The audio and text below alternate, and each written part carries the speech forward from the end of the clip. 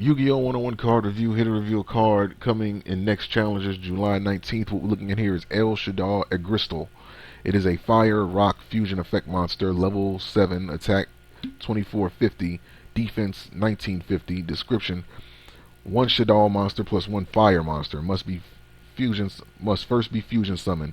When your opponent would special summon a monster or monsters, if you have a Shaddoll card in your hand, you can negate the summon, and if you do, destroy it and then send one Shaddoll card from your hand to the graveyard. You can only use this effect of Shaddoll Egrystal once per turn. If this card is sent to the graveyard, you can target one Shaddoll spell trap card in your graveyard, add that target to your hand. So it continues to follow that same motif that it is anti-special summon, which is phenomenal for the fact that we are moving into this era in Yu-Gi-Oh where we're gonna expect where we can expect a ton of special summons via the pendulum summoning method. And it's good to see cards like this. I've said it in previous videos when it came to the Shadolls.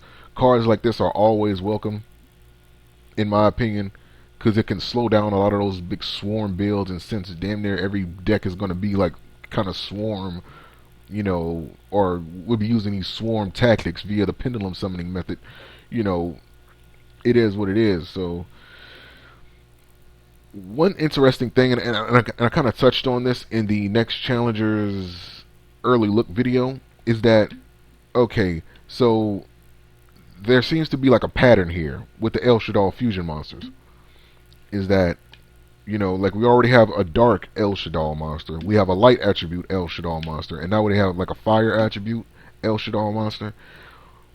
What it's looking like is that they're following that same pattern of the elemental heroes, where they have a fusion monster for every attribute in the game. And it'll be kind of crazy if they take it a step further and they have an Shaddoll fusion monster that is a divine beast attribute. You know what I'm saying? Like, that's just like a far-fetched thought that I'm thinking of. But yeah, it'll be cool to see, like a wind attribute, and an earth attribute, and a water attribute Shaddoll monster as well. And just to see like a duel between the elemental heroes and the Shadolls, both decks using super polymerization and just using each other monsters, that'd actually be pretty crazy. But as far as the monster effect goes, I mean, yeah, it's anti-special summon, which is always good. There's no limit, at least I don't think so. Yeah, like there's no limit as to how many times you can prevent your opponent's you can prevent your opponent's monsters special summons, which is for as long as you have Shaddoll monsters in your hand, which shouldn't be too hard to do, because if you use Beast, you'll be able to just, something like draw your monsters. I mean, something like just draw more cards.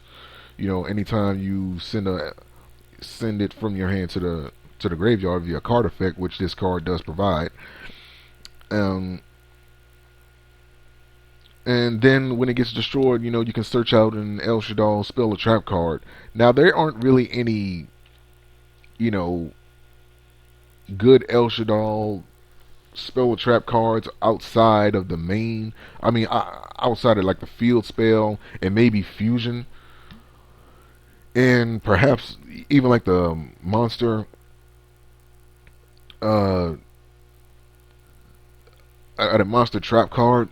But I don't know, like there's not one Shaddoll spell a trap card that really just, what I'm saying, like that really just stands out. So I guess just take your pick. There's nothing I recommend that you get. It's pretty much just whatever fits the situation. So yeah, man, so link to this card is going to be in the description. You guys can check it out, and I'll see you for the next card review. Peace.